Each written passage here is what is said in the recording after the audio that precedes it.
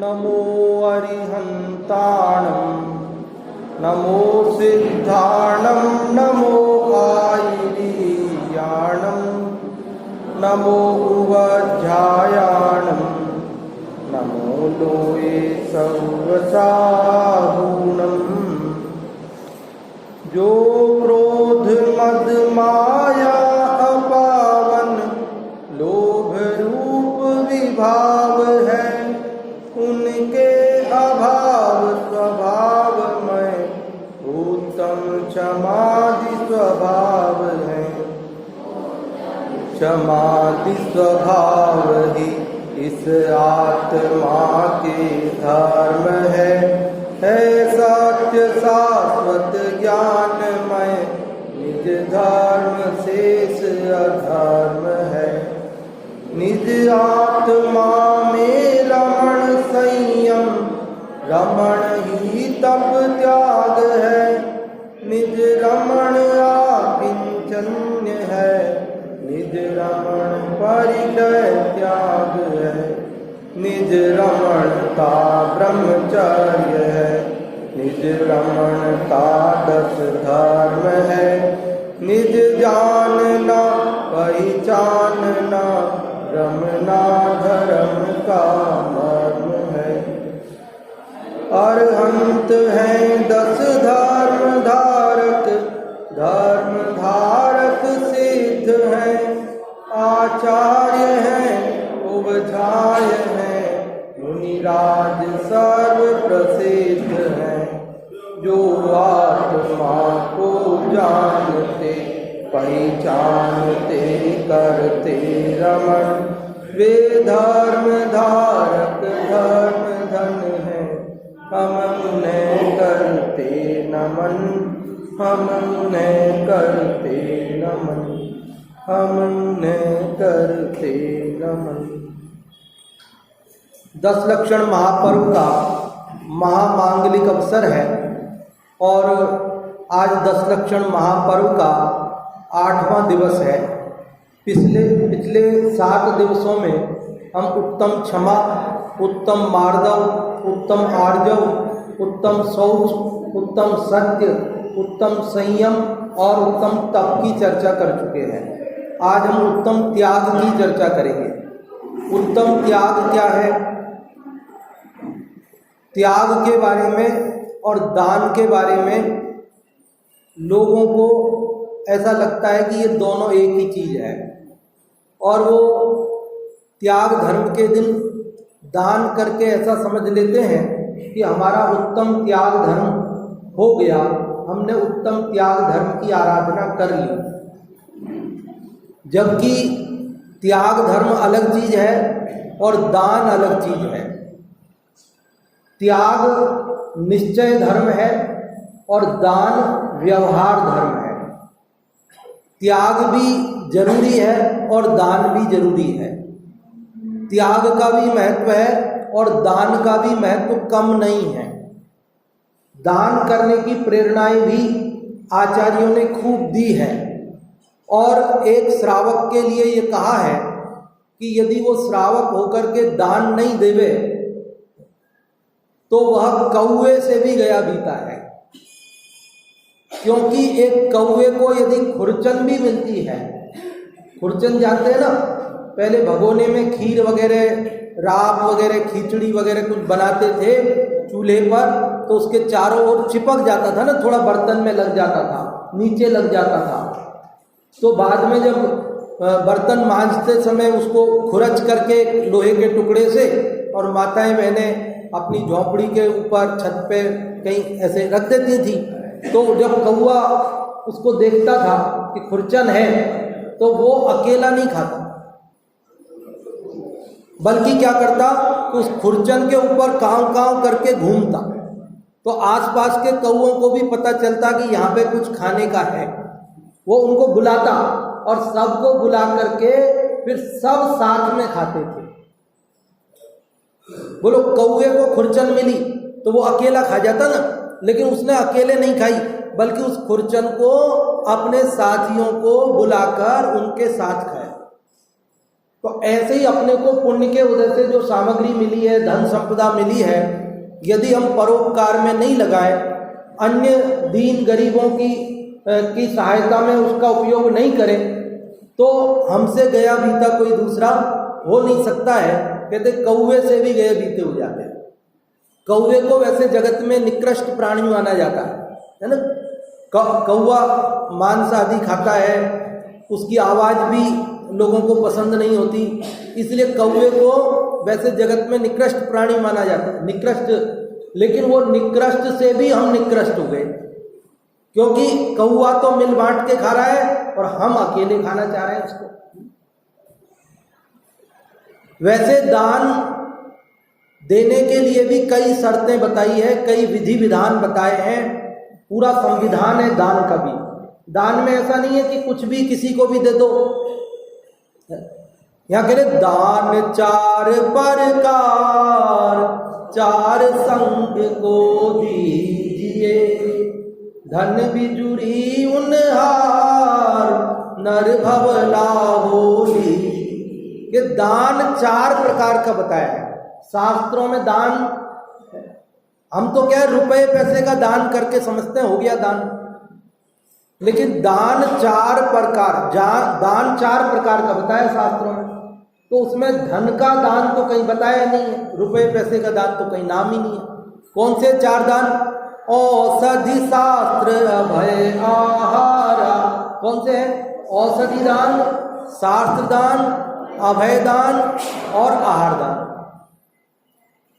पूजन में तो पढ़ते हैं ना, औषधि शास्त्र अभय आहारा। आहार दान, औषधि दान, ज्ञान दान या शास्त्र दान और अभय दान, ये चार प्रकार का दान है। आप आहार का दान करें, भोजन का, औषधि का, दवाई का दान करें, और शास्त्र का, ज्ञान का दान करें, और चौथा है अभय दान। दान चार प्रकार के बताएं, रुपए पैसे का कहीं दान बताया नहीं। लेकिन हमको तो आसान लगता है रुपए पैसे का दान करना, झट निकाला जेब में से 10 रुपये, ये लो भैया, और हमने सोचा हमने दान कर दिया। लेकिन वो 10 रुपये से जाकर के आमलेट खा जाएगा तो पाप किसको लगेगा? आपने उसको 10 रुपये दे दिए, वो जाकर के उससे एक पाउच खरीदेगा शराब का और उसे पी जाएगा, फिर दोष किसको लगेगा? वो 10 रुपये से जाके आलू का समोसा खा जाएगा, फिर उसका पाप किसको लगेगा?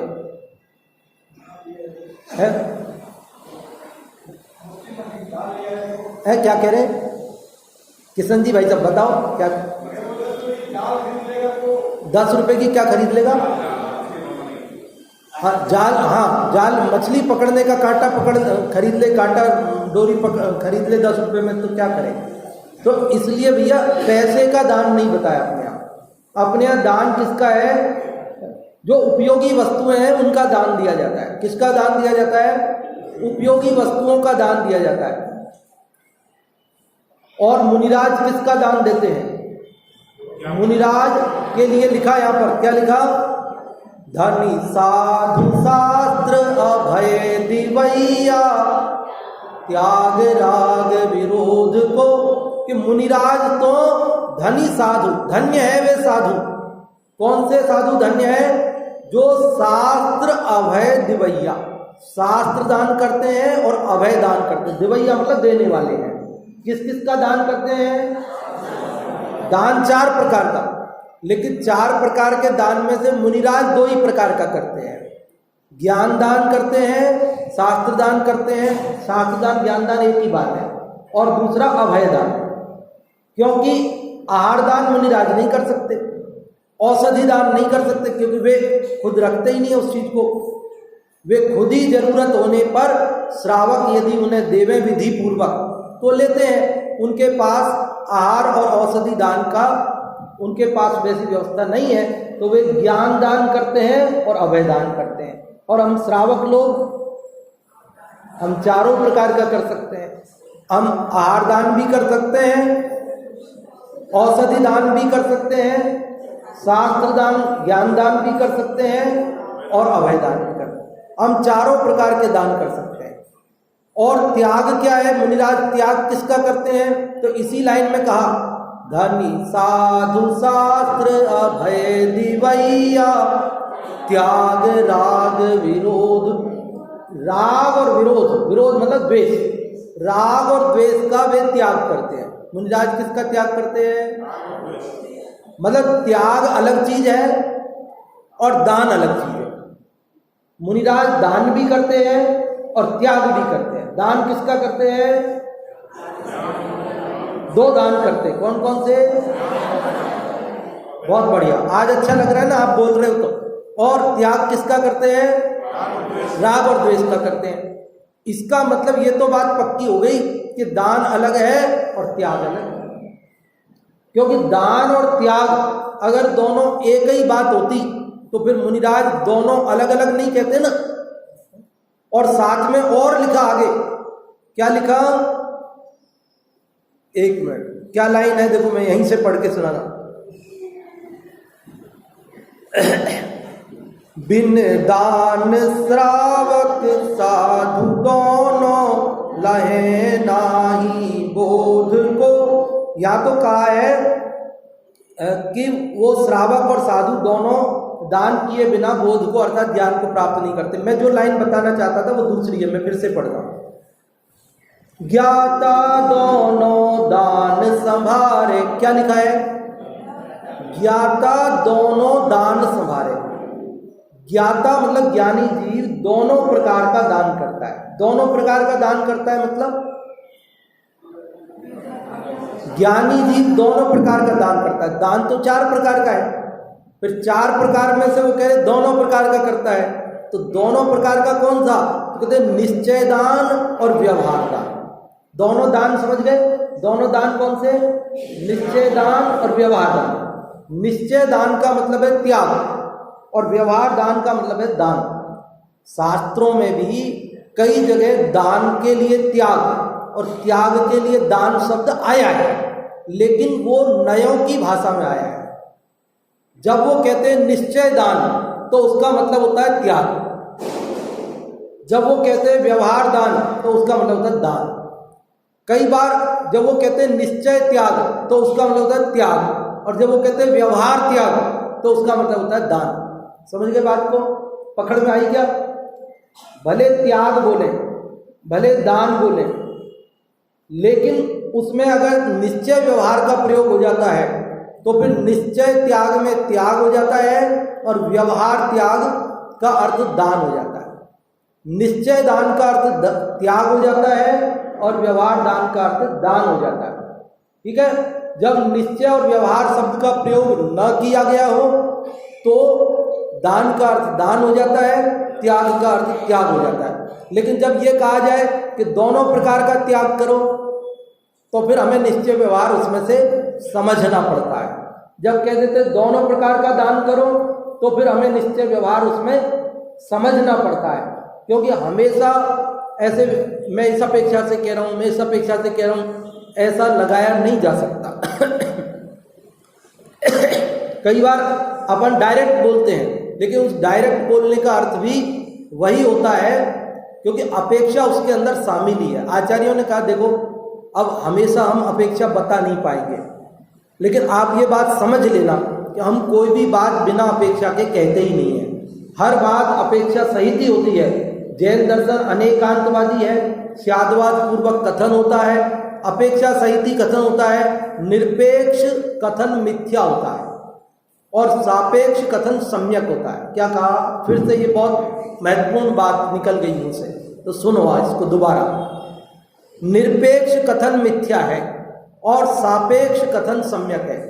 कोई भी बात कहो, दुनिया की कोई भी बात कहो, दुनिया का, मैंने आपसे कहा दुनिया का कोई भी वाक्य ले आओ, आपको लगता हो ये असत्य है, हम उसमें अपेक्षा लगाएंगे तो वो सत्य हो जाएगा।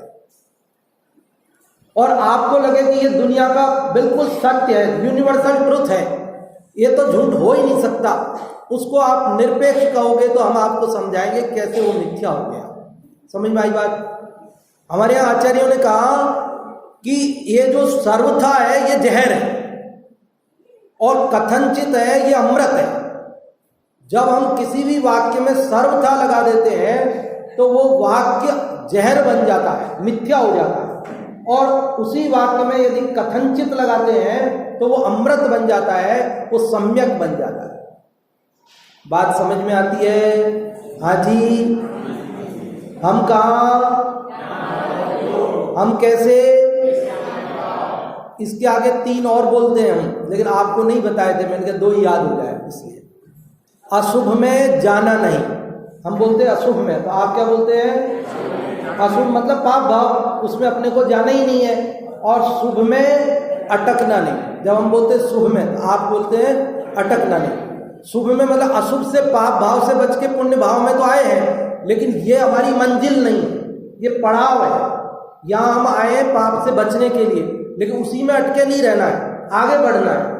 और शुद्ध से भटकना नहीं, शुद्ध में गए पाप और पुण्य से पार, लेकिन फिर उसमें से वापस आना नहीं है, वो हमारी मंजिल है। तो बोले, याद हो गया? अशुभ में, शुभ में और शुद्ध से। ठीक है, अब 5वां वाक्य बोलते हैं एक बार। हम कहाँ, हम कैसे, अशुभ में, अशुभ में जाना नहीं, अशुभ में तो जाना नहीं अपने, और शुभ में अटकना नहीं है, और शुद्ध से भटकना नहीं।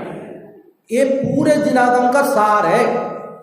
सारे शास्त्रों में क्या लिखा है? भैया पाप मत करो, मतलब अशुभ में जाना नहीं। पाप से बचने के लिए ज्ञानी जीवों को भी शुभ भाव आते हैं, तो शुभ में आते हैं, लेकिन वो मंजिल नहीं है, पड़ाव है, वो अटकने के लिए नहीं है, वो तो सहारा लिया हमने। जैसे कोई व्यक्ति लाठी का सहारा लेता है, जैसे अपने एक्सीडेंट हो जाए, पैर में फ्रैक्चर हो जाए, तो क्या करते हैं अपन? लाठी का सहारा लेते हैं। लेकिन अब फिर ठीक है ना, अब लाठी हमेशा के लिए, नहीं नहीं, जल्दी से छोड़ करके बिना लाठी के ही चलना है हमको। तो ऐसे अशुभ से बचने के लिए शुभ में आए, लेकिन शुभ में अटकना नहीं, और शुद्ध, वो तो हमारी मुक्ति का मार्ग है, वहां से तो अपने को वापस लौटना नहीं है, इसलिए शुद्ध से भटकना नहीं। तो यहाँ पर आपको आज उत्तम त्याग धर्मांग दिवस पर बात समझ में आ रही है। उत्तम त्याग क्या है, दान क्या है? दान अलग है, त्याग अलग है। दान व्यवहार धर्म है, त्याग निश्चय धर्म है। त्याग राग द्वेष का किया जाता है, दान उपयोगी वस्तुओं का दिया जाता है, निर्दोष वस्तुओं का दिया जाता है। किसका दिया जाता है? दान किसको देना, क्या देना, कैसे देना, पूरा संविधान है इसका। आपको डिटेल में पढ़ना हो तो रत्नकर्ण श्रावकाचार्य जी में आपको उसका पढ़ने मिल सकता है। आप पढ़ेंगे तो वहां आपको डिटेल में मिलेगा। वो सारी बातें हम आपको यहाँ नहीं बता सकते। जैसा दाता होगा देने वाला, जिन परिणामों से देगा, पात्र लेने वाला जैसा होगा, जो वस्तु दी जाएगी, इन सब की क्वालिटी पर उसके फल निर्धारित है। उसका फल भी उसी अनुसार मिलता है। तत्वार्थ सूत्र में सूत्र है, विधि द्रव्य दात्री पात्र विशेषात तद विशेष।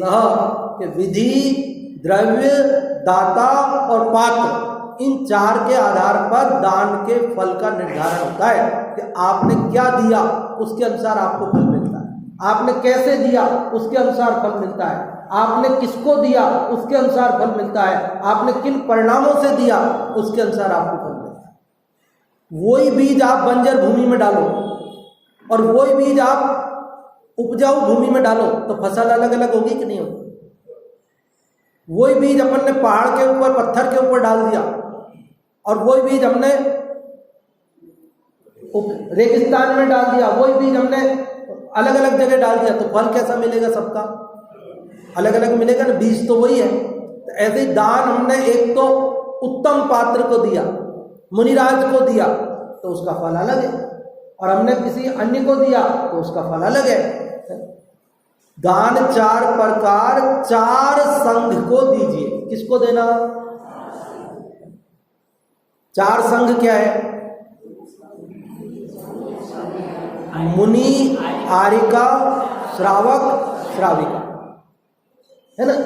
मुनिराज को दिया जाता है, आरिका माता जी को दिया जाता है, श्रावक और श्राविकाओं को भी दान दिया जाता है ना। अन्य प्रकार से 4 संघ, दूसरी प्रकार से भी 4 संघ आता है। 4 संघ क्या? यति, मुनि, ऋषि और अनगा। ये मुनिराजों के ही भेद है। उनमें उत्कृष्ट आदि अनेक भेद होते हैं मुनिराज में भी। तो उन मुनिराजों में यति, ऋषि, मुनि और अनगार, ये भी 4 प्रकार का संघ है। उनको दिया जाता है आहार, उनके लिए दान दिया जाता है। तो आहार दान कौन सा? पहला, दूसरा औषधि दान, तीसरा शास्त्र दान या ज्ञान दान, और चौथा है क्या बात? अभय दान। देखो, दान और त्याग दोनों यदि एक ही हो, कई लोगों को ये बात समझ में नहीं आती। साहब हम तो वर्षों से यही समझते आ रहे हैं, आप नई बात बताते हो।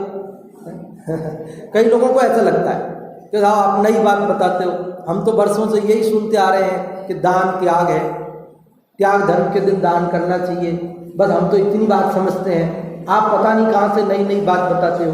देखो, हम नई बात अपने मन से नहीं बताते, जो शास्त्र में लिखी, आपको पूजन में से ही बता दिया ना कि दाता दोनों दान संभाले। दान दोनों प्रकार का, 2 प्रकार का है। कौन सा? तो त्याग और धर्म और दान धर्म दोनों अलग अलग है ना। अगर अलग अलग नहीं हो तो अपन को फिर एक की जगह दूसरा शब्द लगाए तो कोई अर्थ नहीं बदलना चाहिए। जैसे मान लो आहार दान, तो अपन ऐसे करते हैं, अगर नरेंद्र भाई तो एक जैसा ही है, तो अपन ऐसे करते हैं आहार दान में दान हटा के और त्याग लगा के देखते हैं। आहार दान सीपी साहब और आहार त्याग, तो दोनों में कोई अंतर है कि एक ही बात है? कलवेजी है क्या? किसी को देके दूसरा व्यक्ति चाहिए दान करने के लिए। हाँ, लेकिन त्याग तो फिर देखो आहार दान तो दूसरे को दिया जाता है ना। लेकिन आहार दान में क्या है कि हमने किसी को, मान लो मुनिराज को आहार दान किया, तो अब अपन भोजन कर सकते हैं कि नहीं? फिर मुनिराज को आहार दान किया, आज मेरे आहार दान करना है, तो आहार दान करना है तो क्या करें? मुनिराज को जैसे हमने आहार दान कर दिया, और अपन भोजन करें कि नहीं करें? कि करो ना। लेकिन अगर मैंने आज आहार त्याग किया है, क्या किया मैंने आज? आहार त्याग, तो फिर मैं भोजन कर सकता हूं कि नहीं? अंतर समझ में आ रहा है? आहार दान और आहार त्याग में, आहार दान में तो आप दान करो, दूसरे को दो और खुद भी खाओ, मना कहाँ है। लेकिन आहार त्याग यदि कर दिया आपने तो आप खुद नहीं खा सकते। इसका मतलब दान अलग चीज है, त्याग अलग। जैसे मान लो औषधि दान, तो औषधि दान में मैं किसी बीमार व्यक्ति को दवाई का दान कर सकता हूं कि नहीं कर सकता? और मेरे बीमारी हो जाए तो मैं दवाई ले सकता हूं कि नहीं? खुद ले सकता हूं कि नहीं? मैंने औषधि दान किया तो मैं दूसरे को भी दान कर दवाई दे सकता हूं, और खुद भी त्याग कर दिया। क्या कर दिया मैंने? दवाई का त्याग कर दिया, तो फिर मैं ले सकता हूं कि नहीं? इससे अर्थ समझ में आ गया ना कि दान अलग है, त्याग। और देखो यहां तक तो फिर भी कोई बात नहीं, आगे बात करते हैं। तीसरा कौन सा है? ज्ञान दान। तो ज्ञान दान में दान की बजाय क्या लगाए अपन? त्याग। ज्ञान त्याग, तो बोलो अब क्या हुआ? ज्ञान का त्याग करने चाहिए क्या? ज्ञान का दान तो करना चाहिए, पर ज्ञान का त्याग भी करना चाहिए। ज्ञान क्या ऐसी चीज है, बुरी चीज है जिसका त्याग करना चाहिए? ज्ञान का त्याग क्या हम कर सकते हैं? ज्ञान तो अपने आत्मा का स्वभाव है, स्वभाव का भी त्याग हो सकता है क्या? अग्नि का स्वभाव उष्णता है, क्या वो छोड़ सकती है?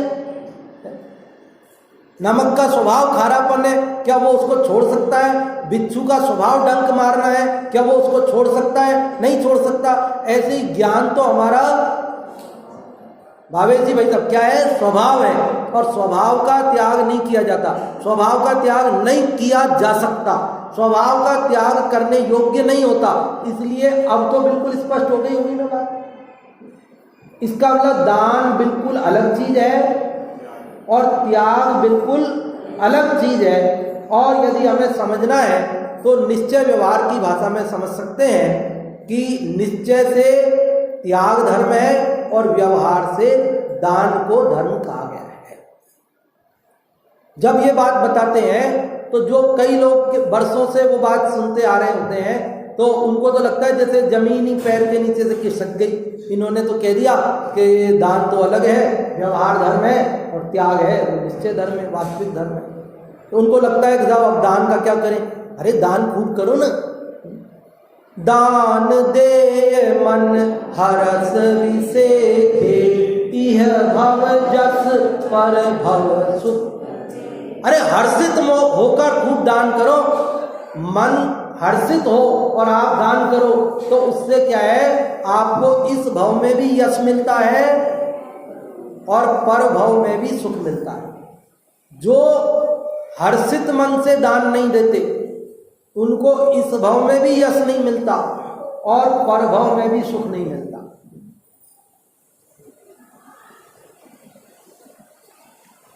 समाज वाले ऐसे आते हैं चंदा इकट्ठा करने के लिए, तो आप पंच कल्याणक होने वाला है, सब लोग कुछ सहयोग राशि लिखाओ। वो कहते 11,000 तो कम से कम हम सबसे लेते हैं, 11,000 से कम तो हम किसी से लेंगे नहीं। फिर हम कहते हैं कि नहीं वो हम तो 5,000 ही देंगे। हम तो वो कहते नहीं देखो 11 से कम तो हम लेंगे नहीं, ज़्यादा आपको जितने देना हो तो दो। और हम कहते हैं कि नहीं मेरी बस की नहीं है, मैं तो 5,000 से ज़्यादा नहीं दे सकता। फिर बहुत हील उज्जत होती है। वो कहते नहीं हम 5 एक से ले लेंगे, फिर दूसरे से भी लेने पड़ेंगे, फिर जो हमारा टारगेट है खर्चा जितना होना है वो होगा नहीं, इसलिए 11 तो हम लिए बिना जाएंगे नहीं। फिर वो देखते किससे नस दबती है इसकी, समझते हैं ना आप देसी भाषा में। उसके ब्याई साहब उसके सगे जो होंगे ना उनको साथ लेके जाएंगे कि अब उनके सामने क्या बोलेगा, तो उनके सामने हाँ भाई देखो तो अब तो लिखाना ही पड़ेगा, 11,000 पूरे लिखाने पड़ेंगे। अब लिखा दिए, अब बोलो 11,000 का पुण्य मिलेगा 5,000 का, पैसे कितने जाएंगे? पैसे तो 11 ही जाएंगे, 11 देने पड़ेंगे। समाज में रहते हैं 5 आदमी में, तो जो 5 आदमी ने निर्णय ले लिया उसका तो अपन उल्लंघन नहीं कर सकते, वो तो अपने को ऊंकर चूंकर कैसे भी देना पड़ता है, लेकिन उसमें अपने को उसका पुण्य भी नहीं मिलता और लोक में प्रशंसा भी नहीं मिलती। दूसरा कोई कहे ना उन्होंने 11,000 दिए, कहे कि 11,000 दिए, तो 5 ही देना चाहते थे, वो तो हमने लिए जबरदस्ती। मतलब दिए उसने बेचारे ने 11 ही है, पर लोक में उसको प्रशंसा नहीं मिलती। लोक में ये देना ही नहीं चाहता था, वो 5 ही देना चाहता था, कंजूस है। वो 11 तो हमने ले लिए है, हाँ मतलब समझ गए ना आप, जो भी लोक मार्ग में स्थिति समझ गए ना आप। तो हर्षित होकर जो दान देता है उसका फल विशेष है। अरे ऐसा कहा है, बिन मांगे दे दूध बराबर, मांगे दे सो पानी, वह देना है खून बराबर, जामे खींचा तानी। बिना मांगे देता है वो दूध देने के समान उत्तम है, और जो मांगने पर सहर्ष दे देता है वो पानी के समान मध्यम है, और वो देना खून के समान है, निकृष्ट है, जिसमें खींचातानी होती है कि हम 5 देंगे आप 11 लेंगे, तो ये क्या है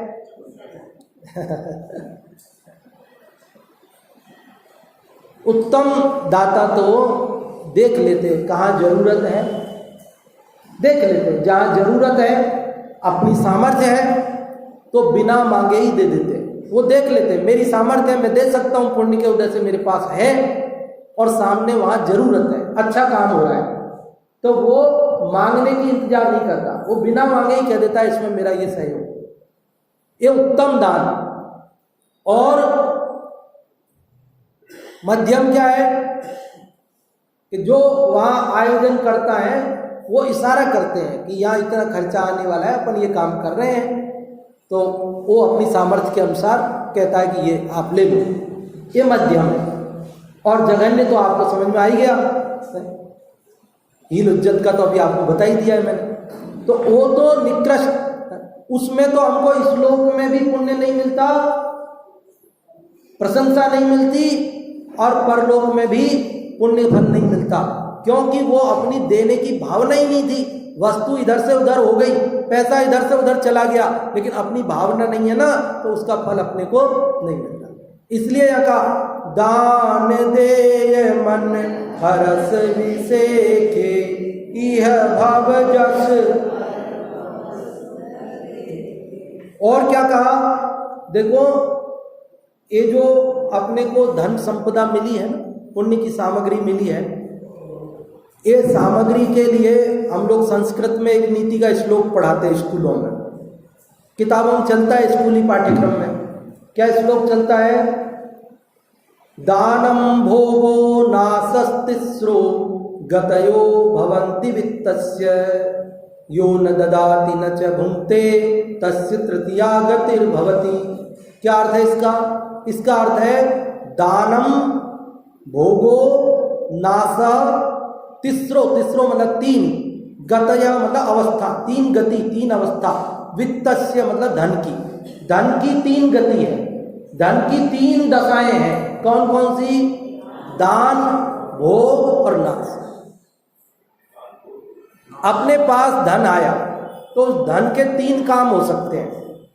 एक काम तो ये हो सकता है कि हम उसको दान कर दें, दूसरा काम ये हो सकता है कि हम उसको खुद भोग लें, खा पी के खर्च कर लें, अपने लिए काम में ले लें, और तीसरा काम अगर ये दो नहीं करेंगे तो तीसरा तो अपने आप हो जाएगा, उसमें कुछ करना नहीं है, नाश। वो कह रहे उत्तम बात तो यह है कि हम उसको परोपकार के लिए दान कर दें, और अगर उत्तम काम हम नहीं कर सकते तो कह रहे मध्यम काम कर लो। क्या मध्यम काम? खुद के लिए खा लो पी लो, अपने परिवार और बाल बच्चों को काम में ले लो, उसको खर्च करो, खत्म करो, जोड़ के रखने की जरूरत नहीं है। और बोले ये तुम दोनों ही काम नहीं करोगे, दान भी नहीं दोगे उत्तम काम, और मध्यम काम अपने लिए भी काम में नहीं लोगे, तो फिर नाश हो जाएगा उस धन का, धन का नाश हो जाएगा। मतलब कैसे हो जाएगा? हम तो उसको क्या करेंगे, क्या करेंगे? हम तो बैंक में वो मणप्पुरम गोल्ड में से ले गए ना 24 करोड़ का सोना, अभी वो साइरस मिस्त्री परसों एक्सपायर हुए ना एक्सीडेंट में, 70,000 करोड़ रुपए थे उनके पास, 70,000 करोड़ रुपए की संपदा थी। टाटा ग्रुप के चेयरमैन, 3 करोड़ की कार थी उनकी, जिस कार में वो बैठे थे 3 करोड़ रुपए की कार थी, मर्सिडीज। और एक्सीडेंट में कितनी उम्र कितनी थी? 45-46 कुछ, कितनी? 54 साल, 54, केवल 54 साल की उम्र। आप और हम में से कितने ही लोग 54 साल से ऊपर हैं? 54 साल की उम्र, कोई उम्र थी कोई? और 70,000 करोड़ किसको बोलते हैं?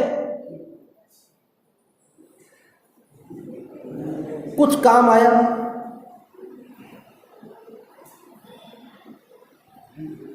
वो जो 5 स्टार रेटिंग वाली कार थी, सेफ्टी में 5 स्टार, और उसका बैलून नहीं खुला। ये जो जैन दर्शन की बातें हैं ना, ये प्रमाणित होती है, प्रमाणित होती है। लोग को देखो आप, प्रमाणित होती है कि आयु पूरी हो जाएगी तो आपके पास कितनी भी व्यवस्थाएं हो। ब्रीच कैंडी हॉस्पिटल की डॉक्टर तो ड्राइव कर रही थी, है ना? भारत का तो माना हुआ हॉस्पिटल है ना ब्रीच कैंडी हॉस्पिटल, उसकी डॉक्टर तो ड्राइव कर रही थी, उस गाड़ी को चला रही थी, वो खुद घायल हो गई। हम सोचते कि नहीं, आगे नहीं बैठना, एक्सीडेंट होगा तो आगे वाले को ज्यादा चोट आती है, पीछे वाला सेफ रहता है। पीछे वाले दोनों मरे हैं, आगे वाले दोनों जिंदा है। क्या स्वरूप है, क्या स्वरूप है? राजा राणा छत्रपति हाथिन के असवा, मरना सबको एक दिन अपनी अपनी। हम गुफा में जाके छुप जाएं, लेकिन आयु पूरी होगी तो वहीं मरण हो जाएगा, निमित्त कुछ भी बन जाएगा। और आयु जब तक शेष है, हम उस दिन बताया था ना आपको, जीवन का लोभ। शुभम चक्रवर्ती, अरे भाई नमोकार मंत्र का अपमान कर रहा है इस लालच में कि मैं जिंदा रहूं, क्या होगा उससे, और मरण का निमित्त पैदा कर लिया। नमोकार मंत्र के प्रभाव से मर तो नहीं रहा था, पर नमोकार मंत्र का अपमान करके जीवन के लालच में मर गया।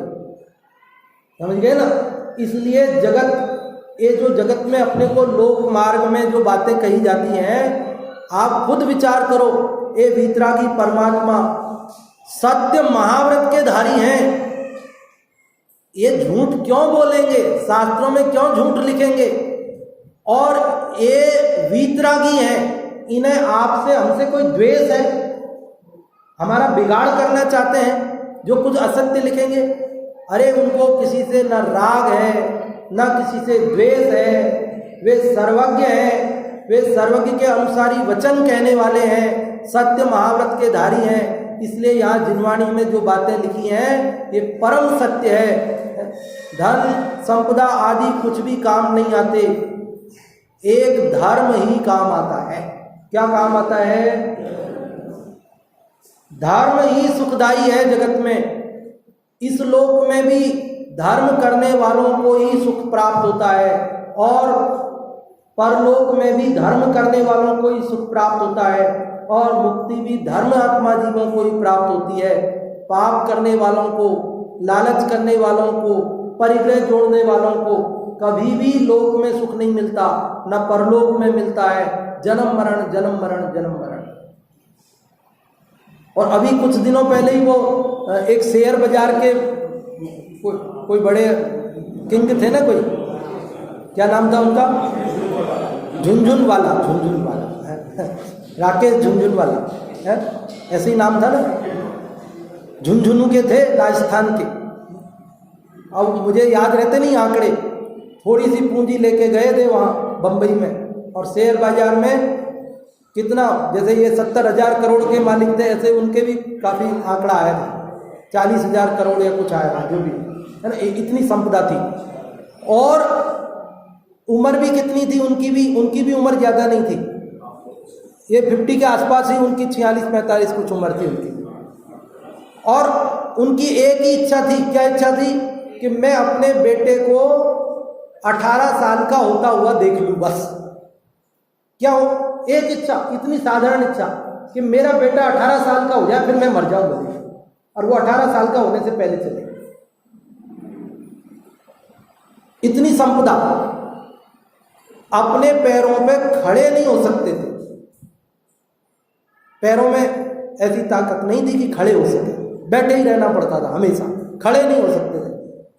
तो इतना पैसा था, कोई डॉक्टर से इलाज विदेश में कहीं कोई स्पेशलिस्ट से, स्टार हेल्थ के मालिक थे। मतलब ये परम सत्य है। हम जगत में कहाँ अंधी दौड़ में दौड़े जा रहे हैं, हमको खबर नहीं है क्या होगा। तो सब वो हम तो बेटे को पाठशाला नहीं भेजेंगे, उसको तो हम क्या करेंगे, वह छठी से ही उसमें भेजेंगे कोचिंग में, और फिर वो उसको, उसके बेटे को तो है ना 1 करोड़ का पैकेज मिला है, तो हमारे बेटे को भी 1 करोड़ का पैकेज मिलेगा। मिल तो जाएगा, क्यों नहीं मिलेगा? जब तू मेहनत करेगा, जिधर गुड़ डालेगा उधर मीठा होएगा, उसमें क्या है? उधर गुड़ डालेगा तो उधर मीठा हो जाएगा, पैकेज तो मिल जाएगा, उसमें क्या है? अरे मिल जाएगा, वो भी पुण्य का उदय होगा। तो पाप का उदय में तो कितने ही जाते हैं, लेकिन वापस लौट के आते हैं। लेकिन मिल भी गया मान लो तेरे को, तो क्या होगा? होगा क्या?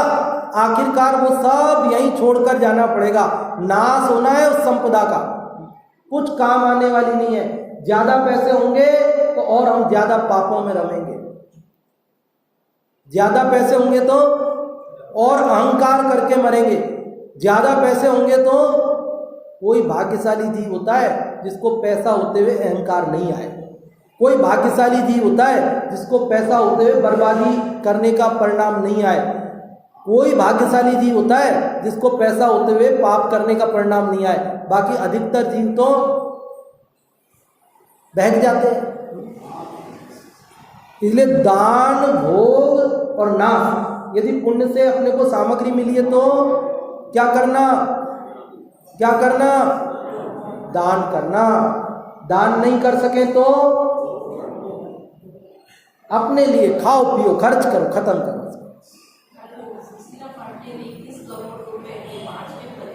हाँ, बहुत बढ़िया। तो कहने का मतलब यह है कि धन है, पुण्य के उदय से अपने को मिला है, तो परोपकार में, धर्म में, धर्मायतनों में, त्यागी वृत्तियों के लिए, अन्य जो दीन गरीब हैं उनके लिए यथा योग्य उसमें दान करना, और निर्दोष वस्तुओं का करना, केवल पैसा दे करके और वहाँ अभक्ष्य पदार्थों का सेवन होवे, तो इस प्रकार के काम में विवेक भी रखना साथ में। और क्या करना, अब देखो ये दान वाली बात तो फिर भी समझ में आती है ना। आपका नाम क्या है भैया? हाँ, पंकज जी। दान वाली बात तो फिर भी समझ में आती है, लेकिन ये भोग वाली बात क्या है? ये शास्त्र की बात तो नहीं है, नीति की बात है, लेकिन ये भोग वाली बात क्या है? इसमें भी एक बहुत बड़ा कारण है। बहुत बड़ा कारण क्या है कि जो व्यक्ति देता भी नहीं है और खाता भी नहीं है, समझ गए ना, दान भी नहीं देता और भोग भी नहीं करता, अपने लिए भी काम में नहीं लेता, उसका कभी भी समाधि मरण नहीं होता। वो अंत समय संक्लेश परिणामों से मरता है और उसकी दुर्गति ही होती है, इसमें कोई संशय नहीं है। समझना, बात को समझना। उसको अंत समय जब छूटता है ना सब, अब डॉक्टर ने जवाब दे दिया कि 2 दिन से ज्यादा नहीं जियोगे, तो उसको ये पछतावा होता है, क्या मैंने तो जोड़ जोड़ के रखा, ना तो किसी को दिया और ना तो खुद ढंग से खाया, मैंने अपने बच्चों को भी ठीक से उनके लिए खर्च किया नहीं, ना पत्नी गहने कहती रही तो उसको नहीं बनवाया, कुछ नहीं किया, और अब ये सब छूट रहा है, अब ये सब छूट रहा है। और ये सोच सोच के वो बहुत पाप बांधता है, उससे छूटता नहीं है, मतलब वो छोड़ नहीं पाता, उससे अपने परिणामों को समेट नहीं पाता और आयु पूरी हो जाती है। तो संक्लेश परिणामों से मर के अति संक्लेश भावते मर्यो घोर स्वाब्र सागर में। कह रहे भैया दान दे दो, दान नहीं दे सको तो खुद खा पी के खर्च कर दो, ताकि अंत समय कुछ होए नहीं तो ज्यादा टेंशन नहीं होए, एक संतोष तो रहे, खा लिया पी लिया, अब क्या है, छूटे तो छूटो। ये भी मनोवैज्ञानिक कारण है बहुत बड़ा। आप यूं समझो कि जैसे आपकी 10,000 रुपए की साड़ी महंगी आपने खरीदी और आपने ये सोच के उसको रखा कि महंगी है तो कोई विशेष अवसर पे पहनेंगे, पहना नहीं आपने, 10 लक्षण में भी नहीं पहनना, इसमें भी शादी में भी, ये तो छोटी शादी है, बड़ी शादी में पहने, कोई घर की शादी होगी तब पहने। 10,000 की महंगी साड़ी थी तो संभाल के आपने, भाई कोई बड़े अवसर पे पहनेंगे। अब कई सालों बाद वो बड़ा अवसर आ गया, आज पहननी है, तो अब रखी में तो सलवटें आ जाती है, तो बोले धोबी के अब प्रेस पे दे दो, प्रेस हो जाए फिर पहने। अब धोबी के यहाँ ध्यान नहीं रहा, गरम प्रेस लग गई और वो जल गई। आपको पता चला कि वो जो हमारी 10,000 की महंगी साड़ी है वो प्रेस करने दी थी और वो धोबी के गलती से जल गई। अब क्या होगा बताओ? अब आपके परिणाम कैसे होंगे? आपके मन में क्या भाव आएंगे बताओ? अभी हम आपको एक परिस्थिति रख रहे हैं, रात को परिस्थिति रखी थी ना आपके सामने हर्षिता ने, तो ऐसे परिस्थिति रख रहे हैं। आपकी 10,000 की महंगी साड़ी आपने पहले पहनी नहीं, ये सोच के रखी कि विशेष अवसर पे पहनेंगे, और आज विशेष अवसर आया, पहनने से पहले धोबी के यहाँ दी थी और वो जल गई। अब क्या परिणाम होंगे आपके? अरे हमने तो जो उसको संभाल के रखा था, हमने तो एक बार पहना भी नहीं उसको ढंग से और वो जल गई। और कदाचित आपने उसको 10-20 बार 50 बार पहन लिया होता, खूब मन भर गया होता आपका, और फिर वो जल गई होती तो क्या परिणाम आते? कोई बात नहीं, जल जान दो, वैसे खूब पहनी, खूब मन भर गया, अब वो वैसे तो मन हटाने का होता नहीं था, अब जल गई तो बढ़िया था, अब हटा देंगे। वैसे मन तो भर गया था लेकिन हटा नहीं पाते थे क्योंकि महंगी थी, अब जल गई अब हटा दे, बढ़िया हुआ जल गई, नहीं जलती तो वो हटती नहीं थी हमसे, क्योंकि महंगी थी ना, मन तो भर गया था पर महंगी होने से हम हटा नहीं पा रहे थे उसको, और जल गई तो बढ़िया हो गया। समझ में आ रही बात? ऐसा परिणाम है जीव का। हमारा महंगा मोबाइल 1 लाख रुपए का आज ही खरीद के लाए और आज ही खो गया आज ही, तो क्या होगा? अभी तो ठीक से काम में भी नहीं लिया, अभी तो सारे फंक्शन भी नहीं देखे और आज ही खो गया। पहली बार तो 1 लाख का लिया, हर बार तो 10,000 का ही लेते हैं, सोचा कि बढ़िया ही ले लेते हैं, फिर बढ़िया ही ले लिया और आज ही खो गया, तो बहुत संकलेश होंगे परिणामों में। और यदि खूब काम में ले लिया होता, मन भर गया होता, कोई 2-4 फंक्शन उसके खराब हो गए होते हमारे काम में लेते लेते, तो अब वो 1 लाख वाला था ना, तो हटाया नहीं जा रहा था हमसे, वैसे हो गए थे तो वो हम तो बदलने की सोच ही रहे थे, पर वो क्या है, महंगा होने से हम बदल नहीं पा रहे थे, हटा नहीं पा रहे थे। अब वो खो गया है, बढ़िया हुआ, अब नया खरीद लेंगे। ये भोग का है, भोग का उपदेश नहीं है, ध्यान रखना। उपदेश तो त्याग का है, दान का भी नहीं है, उपदेश तो त्याग का है। और त्याग नहीं कर सको तो दान करो, दान नहीं कर सको रहीमदास जी ने लिखा, रहीमन नीति न गली तू है, जो धरिए धन जोर, खाए खर्चे जो जुरे, तो जोरिए करोड़। रहीमदास ने लिखा, हिंदी में पढ़ाते हैं हम बच्चों। क्या मतलब है कि आप जो धन जोड़ के रखते हो, बोले हम इसको गलत नहीं कहते, आप रखो जोड़ के, लेकिन खाए खर्चे जो जुड़े, आप खाओ खर्चो और फिर जो जुड़ जाए जुड़ जाने दो, लेकिन आप खाओ नहीं, खर्च करो नहीं और जोड़ जोड़ के रख दो, तो वो गलत है भैया। आपके परिवार में बच्चों को, जिसको बहन को, जिसको जहां जैसी जरूरत है वो सब आप काम में लो और फिर आप पे जुड़ जाए तो कोई बात नहीं, पुण्य का उदय हो खूब आएगा तो जुड़ भी जाएगा, उसमें क्या है। लेकिन जो लोग जोड़ जोड़ के ही रखते हैं, जोड़ जोड़ के ही रखते हैं, जोड़ जोड़ के ही रखते हैं, अपने लिए भी काम नहीं लेते, समाज के लिए भी काम नहीं लेते और त्याग तो कर ही नहीं सकते, तो फिर क्या होता है, उसका स्वयं मर के उसमें सर्प बन जाता है, मर के वहां पर सूक्ष्म जीव बन जाते हैं। आपने देखा होगा नोटों की गिड्डी में भी सूक्ष्म जीव हो जाते हैं। कौन होते हैं वो? मजाक नहीं कर रहा हूं। आप ऐसे कर नोटों को छुपा के रख दो ना थोड़े दिन, फिर आप निकाल के देखो तो उसमें आपको एक बारीक बारीक जीव दिखेंगे, तो वो सांप ही था और क्या है, मतलब वो छोटे छोटे जीव, वो क्या है, वो धन की लालसा वाले जीव हैं। उनको पैसा बड़ा प्यारा था तो मर के पैसे में ही जीव हुए। फिर हम क्या करते हैं, उनका, उन जीवों को तो और पैसे ले लेते हैं। कितना दुख होता है उनको।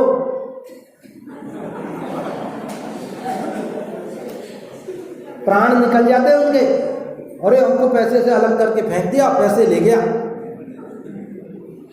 देख लेंगे इसको, बदला लेंगे इससे।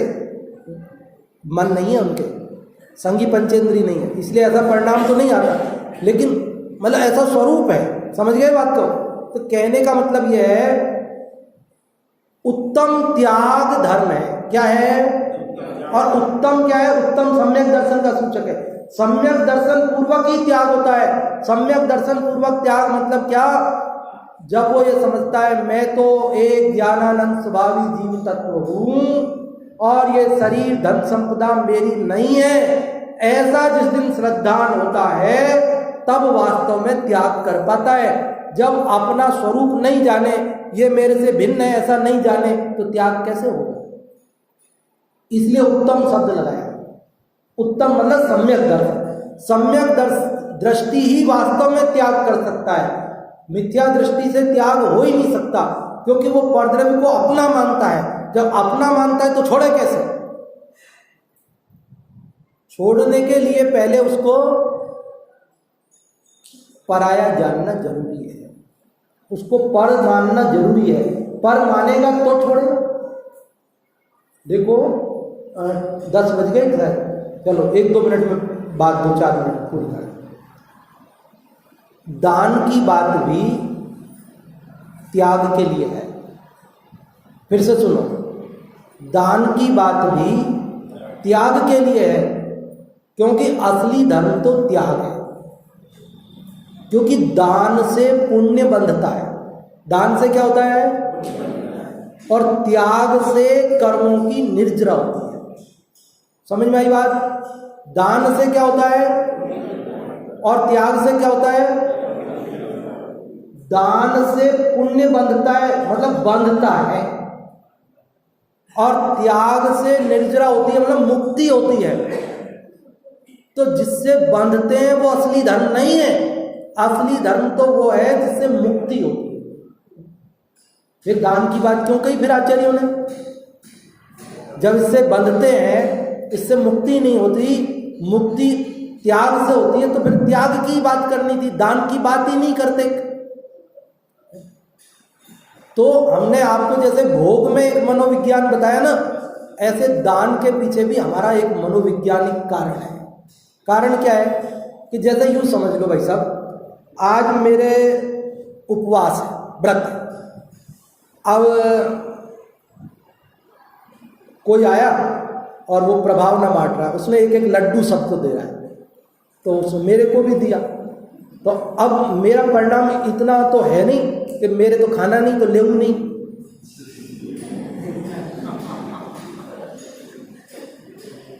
ले तो लिया, क्योंकि अब जब मुफ्त में मिल रहा है तो लेने में क्या दिक्कत है, सबको ही बांट रहा है तो मैं भी ले लेता हूं।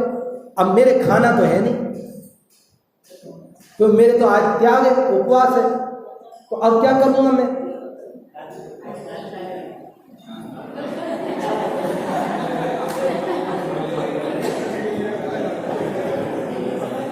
समझ में आ रही कुछ बात?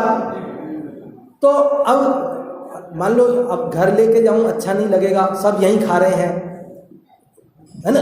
अपन अब यहाँ से तो आप प्रभाव न ले जाते, लेकिन मान लो अपन किसी के यहाँ गए, नाश्ता हो रहा है और सबको एक एक प्लेट नाश्ता दे दिया, तो सब वहीं खा रहे हैं, अपन अपनी प्लेट को लेके घर जाएंगे तो अच्छा नहीं लगेगा।